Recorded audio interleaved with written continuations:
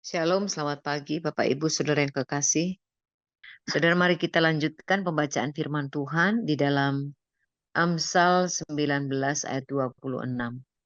Dikatakan begini, anak yang menganiaya ayahnya atau mengusir ibunya, memburukkan dan memalukan diri. Anak yang tidak menghormati atau merendahkan orang tuanya, mempermalukan diri. Dia sedang mempermalukan dirinya sendiri. Di masa yang lalu, tempat yang paling aman bagi orang tua adalah tinggal dekat dengan anak-anaknya di masa tuanya. Nah, meskipun itu bukan Begini dulu sebuah ya. keharusan, tolong di-mute yang masih iya, oke, saya lanjutkan ya. Di masa yang lalu, tempat yang paling aman bagi orang tua adalah tinggal dekat dengan anak-anaknya di masa tuanya. Meskipun itu bukan sebuah keharusan di dalam firman Tuhan, tapi itu adalah sebuah hal yang biasa ya terjadi, dilakukan sampai dengan pada hari ini. Kita banyak melihat bahwa orang tua itu tinggal bersama-sama dengan anaknya pada masa tuanya.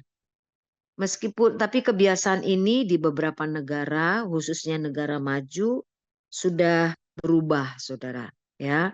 Orang tua itu lebih mandiri dan memilih untuk memiliki rumah sendiri yang dekat mungkin dengan anaknya dan memiliki komunitas mereka sendiri. Mereka berupaya memelihara kesehatan mereka dengan baik, bisa kumpul bersama dengan teman-teman mereka, melakukan aksi sosial, bahkan traveling bersama komunitas sebayanya. Jadi agak berbeda dengan di masa yang lalu. Ya, orang tua kebanyakan di negara-negara maju sekarang itu mereka jauh lebih mandiri dan mereka memutuskan untuk tidak menjadi beban atau tanggungan bagi anak-anak mereka. Nah, jika ada kasih karunia, saudaraku, saya memang lebih prefer hidup seperti ini di masa yang akan datang. Ini memang membutuhkan perencanaan finansial yang lebih baik, saudaraku. Tetapi, saudara, ini jauh lebih baik ya, saudara, untuk kita bisa lebih mandiri di masa yang akan datang.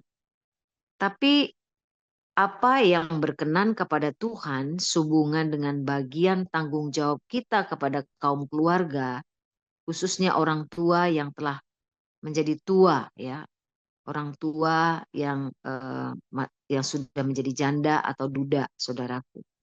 Nah, kita mau belajar, saudaraku, apa yang berkenan bagi Tuhan. Saudara, karena ini memang agak jarang dibahas di dalam khotbah atau firman Tuhan, saudaraku, kita mau belajar sesuai dengan tema atau sesuai dengan perikop firman Tuhan di dalam kitab Amsal 19 ini, saudaraku, supaya seluruh area kehidupan kita itu diterangi oleh kebenaran prinsip firman Tuhan. Jadi tidak ada satu bahagian di dalam kehidupan kita yang tidak diterangi oleh firman Tuhan. 1 Timotius 5 ayat 4 dan ayat ke-8 dikatakan begini. Tapi jikalau seorang janda mempunyai anak atau cucu, hendaknya mereka itu pertama-tama belajar berbakti kepada kaum keluarganya sendiri dan membalas budi orang tua dan nenek mereka. Karena itulah yang berkenan kepada Allah. Ayat 8. Tetapi jika ada seorang yang tidak memeliharakan sanak saudaranya, apalagi seisi rumahnya, orang itu murtad dan lebih buruk dari orang yang tidak beriman. Saudara, ini kebenaran saudaraku yang mungkin jarang dibahas. Tapi kitab Amsal mengingatkan kita bahwa memelihara orang tua kita yang sudah tidak berdaya adalah cara Tuhan untuk menunjukkan pemeliharaannya atas umatnya sampai pada masa tua. Nah, memang saudaraku ini ternyata tidak mudah. Karena memang lebih mudah memelihara bayi atau anak kita yang masih kecil. Meskipun secara fisik itu menguras tenaga, daripada merawat orang tua dengan segala tingkah lakunya yang mungkin sangat mudah menguras emosi dan pikiran kita. Namun inilah ketentuan yang Tuhan sudah buat, saudaraku, yang harus setiap kita itu bisa taati. Nah, saya percaya bahwa ini adalah bahagian proses karakter, saudaraku ya, dalam kehidupan kita untuk bisa bertumbuh semakin dewasa. Saya mendengar banyak cerita keluh kesah, kebuntuan, itu dari keluarga-keluarga muda yang merawat orang tua mereka.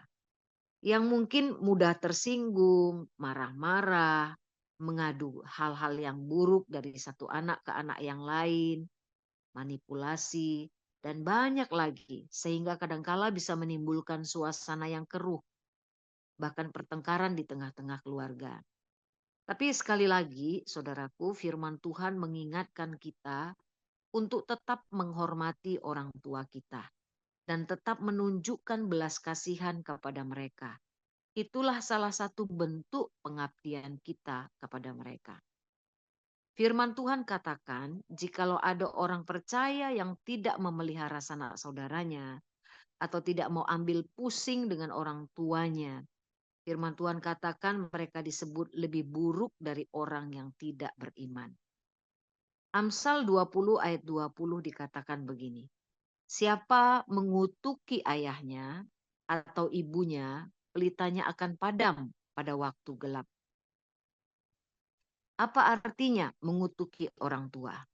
Yaitu menggunakan kata-kata umpatan, sumpah serapah, kata-kata yang merendahkan, yang ditujukan kepada orang tua. Kadangkala hal ini tanpa disadari, saudaraku, itu bisa keluar dari mulut anak-anaknya. Daripada kita, saudaraku, bahkan orang-orang percaya. Ini bukan hanya kata-kata yang keluar dari mulut, tetapi juga dalam pikiran-pikiran kita, saudaraku. Jadi, saudara, ayat firman Tuhan ini mengajarkan dengan jelas kepada kita supaya berhati-hati dengan kata-kata dan lidah kita yang kita ucapkan pada orang tua atau otoritas kita. Pernyataan firman Tuhan ini berlaku tanpa pengecualian. Artinya, kita tidak boleh mengutuki orang tua yang bahkan melakukan perbuatan yang bertentangan dengan kebenaran. Artinya begini, saudara, meskipun orang tua kita melakukan hal yang tidak benar, saudaraku, tetapi ayat firman Tuhan ini tidak ada pengecualian. Artinya bahwa, saudaraku, siapa yang mengutuki ayahnya atau ibunya, pelitanya itu akan padam pada waktu gelap. Jadi pada waktu gelap kita tuh membutuhkan pelita, membutuhkan terang. Tetapi orang yang mengutuki ibunya atau bapaknya, saudaraku, dikatakan, saudaraku, tidak ada cahaya di dalamnya. Jadi tidak ada pewahyuan di sana. Tidak kita bisa memahami kebenaran yang sesungguhnya. Nah, saudara, sekali lagi bahwa ayat firman Tuhan ini mengajarkan kepada kita jelas supaya kita berhati-hati dengan kata-kata dan lidah kita, dengan ucapan kita. Juga, saudaraku, dengan pikiran kita. Kita, saudaraku, pernyataan firman ini berlaku itu dikatakan tadi, saya katakan tadi itu tanpa pengecualian, ya. Nah, mungkin juga sudah sangat orang tua yang bersama dengan pada masa tuanya itu bisa saja bisa sangat menjengkelkan. Tindakan merendahkan, mengutuki atau membuang orang tua kita, itu artinya kita sedang melawan otoritas Allah. Saudara, kita tidak akan pernah menang melawan otoritas, meskipun saudara memiliki alasan yang benar. Saudara, cerita Daud dan Saul adalah kisah yang sangat menarik dipelajari.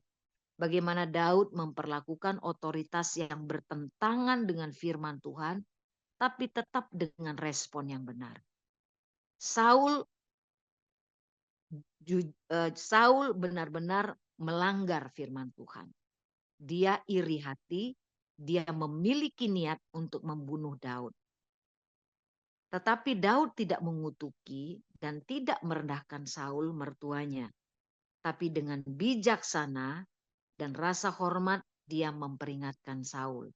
Saul berjanji untuk berubah, tapi iri hatinya itu mengalahkan keinginannya untuk bertobat. Ia terus mengejar Daud dengan segala cara untuk membunuhnya. Nah, sekarang saudaraku kita mau lihat apa yang dilakukan oleh Daud. Ketika Tuhan memberi kesempatan kepada Daud untuk membunuh Saul 2 kali, tapi Daud tidak melakukannya. Tapi hanya memotong ujung punca jubah Saul. Lalu Daud mengingatkan Saul bahwa ia tidak mau membunuh Saul karena rasa hormatnya. Meskipun Tuhan telah memberi kesempatan kepadanya. Coba kita lihat saudaraku dari ayat firman Tuhan ini. Apa respon dan apa yang dilakukan oleh Daud dalam kondisi yang terdesak seperti itu. 1 Samuel 24 ayat 16 sampai 18 dan 1 Samuel 24 ayat 21 sampai 22 saya akan bacakan. Setelah Daud selesai menyampaikan perkataan ini kepada Saul, berkatalah Saul, "Suaramukah itu ya anakku Daud?" Sesudah itu dengan suara nyaring menangislah Saul. Katanya kepada Daud, "Engkau lebih benar daripada aku, sebab engkau telah melakukan yang baik kepadaku, padahal aku melakukan yang jahat kepadamu. Telah kau tunjukkan pada hari ini betapa engkau telah melakukan yang baik kepadaku, walaupun Tuhan telah menyerahkan aku ke dalam tanganmu, engkau tidak membunuh aku. Oleh sebab itu bersumpahlah kepadaku demi Tuhan bahwa engkau tidak akan melenyapkan keturunanku dan tidak akan menghapuskan namaku dari kaum keluargaku." Lalu bersumpahlah Daud kepada Saul. Kemudian pulanglah Saul ke rumahnya, sedang Daud dan orang-orangnya pergi ke kubu gunung. Saudara yang kekasih, dikatakan dalam ayat firman Tuhan ini, ketika Daud memiliki kesempatan untuk membunuh Saul, saudaraku Daud tidak melakukannya karena rasa hormatnya. Tetapi dengan berani, saudaraku, dia memberitahukan kesalahan daripada Saul. Dan dengan rendah hati dia memberitahukan kepada Saul apa yang sebenarnya bisa dia lakukan terhadap Saul. Lalu saudaraku, Saul menyadari dan firman Tuhan katakan dia menangis dan menyesali dirinya. Artinya sudah ada saudaraku pernyataan penyesalan, saudara. Nah lalu kemudian Saul mengatakan, "Bersumpahlah engkau kepadaku bahwa engkau tidak akan menghapus namaku dan kaum keluargaku ketika engkau menjadi raja." Dan lalu Daud melakukannya, dia bersumpah kepada Saul. Tapi di ujung daripada ayat firman Tuhan yang kita baca ini, dikatakan bahwa kemudian pulanglah Saul ke rumahnya, sedang Daud dan orang-orangnya pergi ke kubu gunung. Saudara, pertanyaannya, bukankah sudah terjadi rekonsiliasi? Sudah terjadi, saudaraku, pertobatan, ya, sudah terjadi penyesalan kepada Saul. Saul menyesal akan perbuatannya. Tapi di akhir ayat firman Tuhan di atas dikatakan bahwa Saul pulang ke istananya, namun Daud pergi menjauh dari Saul, yaitu pergi ke kubu gunung. Daud tidak serta-merta bergabung dengan Saul di istananya, meskipun itu adalah mertua atau orang tuanya. Ini adalah sebuah hikmat yang perlu kita pelajari, saudara. Jika otoritas kita atau orang tua kita menunjukkan sikap bermusuhan denganmu, walaupun engkau telah menunjukkan kebaikan dan rasa hormatmu kepadanya, menghindarlah dan jangan serang atau melawan otoritas kita, apalagi mengutukinya. Tetaplah berbuat baik. meskipun kita perlu memiliki jarak, tetapi tetap mengasihi dan mengampuni, supaya kita dapat terhindar dari perangkap dosa yang setiap saat bisa membuat kita silap. Jadi, memberi jarak untuk waktu tertentu itu bukan berarti memusuhi mereka. Tetap tunjukkan kebaikan kita, namun jika sudah mengarah kepada area sensitif terhadap konflik, menghindarlah. Saudara, Daud melarikan diri dari Saul. Dan kita tahu, saudaraku, sampai pada akhir hidup Saul, Daud tidak bersama-sama dengan Daud. Ya, Daud tidak bersama-sama dengan Saul. Daud tetap menghindar walaupun Saul sudah menyatakan penyesalannya. Di sisi yang lain, saudaraku, sebagai anak kita perlu belajar agar kelak ketika kita telah menjadi tua, janganlah menimbulkan beban dan kesusahan bagi anak-anak dan menantu kita. Jadilah orang tua yang jadi teladan dan takut akan Tuhan, supaya anak cucu kita tetap memiliki rasa hormat dan sayang kepada kita, sehingga nama Tuhan tidak dihujat oleh orang di luar Kristus. Firman Tuhan katakan dalam Efesus 6 ayat 2 sampai 4 begini. Hormatilah ayahmu dan ibumu. Ini adalah suatu perintah yang penting, seperti yang nyata dari janji ini, supaya kamu berbahagia dan panjang umurmu di bumi. Dan kamu, bapak-bapak, janganlah bangkitkan amarah di dalam hati anak-anakmu, tapi didiklah mereka di dalam ajaran dan nasihat Tuhan. Jadi ada dua hal, saudaraku. Di satu sisi kita harus menghormati orang tua kita, ayah dan ibu kita, karena ini adalah sebuah perintah. Tapi di bahagian yang lain, sebagai orang tua, jangan kita membangkitkan amarah dalam hati anak-anak kita. Salah satu ciri manusia hidup di akhir zaman ini adalah manusia mencintai dirinya sendiri dan menjadi hamba uang. Dan hal yang lain adalah bahwa anak-anak hidup memberontak terhadap orang tuanya.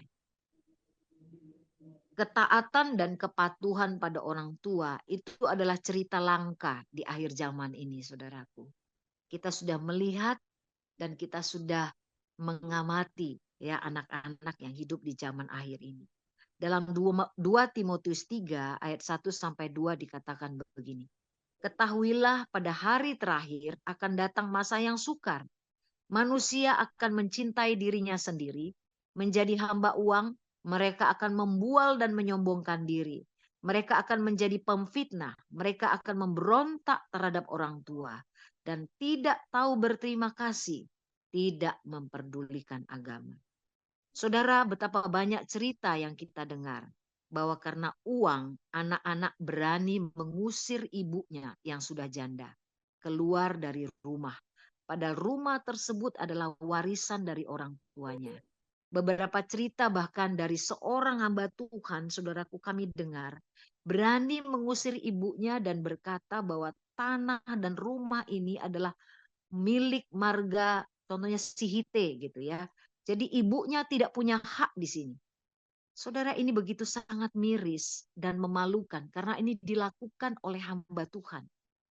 Jadi selama orang tua masih hidup, harta orang tua adalah miliknya. Dan tidak boleh anak memaksa untuk membagi warisan atau memanipulasi untuk orang tua agar menyerahkan harta miliknya kepada anak-anaknya. Kecuali orang tua sendiri yang menyerahkannya dengan rela hati.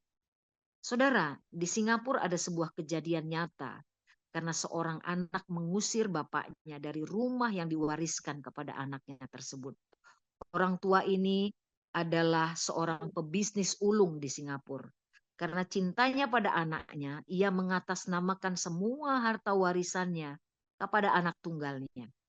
Namun karena perselisihan anaknya, saudara, anak tersebut mengusir bapaknya dari rumahnya.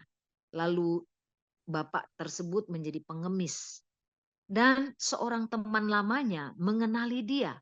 Lalu mendesak dia untuk menceritakan kisah hidupnya. Kenapa dia menjadi pengemis. Padahal tadinya dia adalah seorang pengusaha, pebisnis yang ulung. Cerita tersebut sampai ke telinga Perdana Menteri Lee Kuan Yew. Lalu ia menjadi marah dan memanggil anak durhaka tadi, lalu membatalkan surat hibah tersebut demi hukum. Dan ia mengeluarkan dekret. Lee Kuan Yew itu adalah eh, perdana menteri, saudaraku, yang luar biasa, dan dia menerbitkan dekret bahwa orang tua mulai sejak saat itu dilarang menghibahkan hartanya selama ia masih hidup. Juga Lee Kuan Yew membuat aturan bahwa setiap pengusaha ya, usaha-usaha di Singapura itu wajib mempekerjakan orang tua agar mereka tidak bergantung hidupnya pada anak-anaknya. Amsal 28 ayat 24 dikatakan, siapa merampasi ayah dan ibunya dan menyangka bahwa itu bukan suatu pelanggaran, ia sendiri adalah kawan si perusak. Cara kita memperlakukan orang tua menunjukkan karakter kita yang akan mempengaruhi masa depan kita. Karakter Kristus pasti bukan seorang perusak, tapi orang yang merampas orang tuanya, ia adalah saudara dari si perusak. Perusak akan merusak apa saja dan siapa saja, termasuk hidupnya dan masa depannya.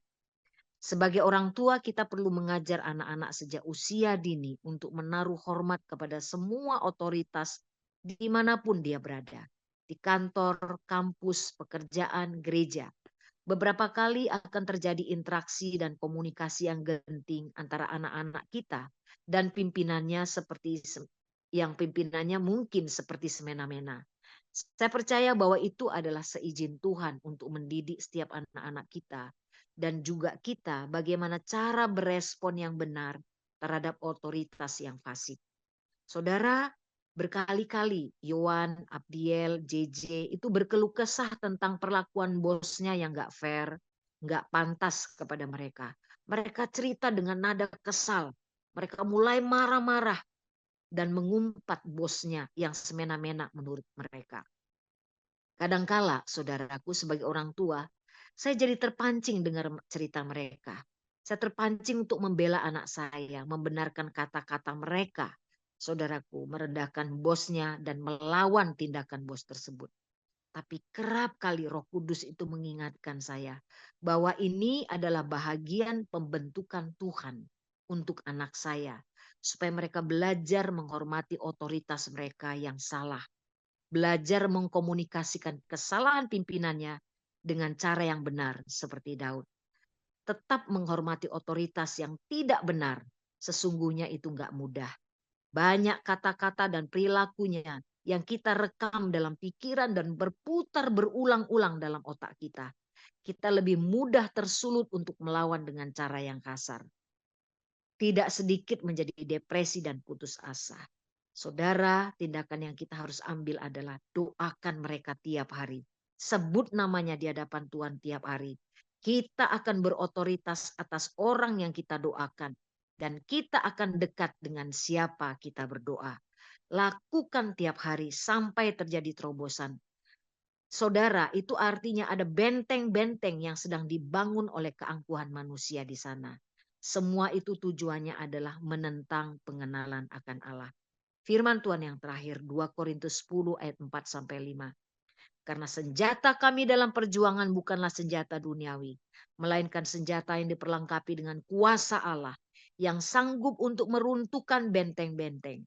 Kami mematahkan setiap siasat orang, merubuhkan setiap kubu dibangun oleh keangkuhan manusia untuk menentang pengenalan akan Allah. Kami menawan segala pikiran dan menaklukkannya kepada Kristus. Saudara, mari kita melakukan peperangan rohani ketika kita sedang diperhadapkan dengan hal yang tidak ideal dan menekan membuat setiap kita depresi. Ini adalah sebuah peperangan.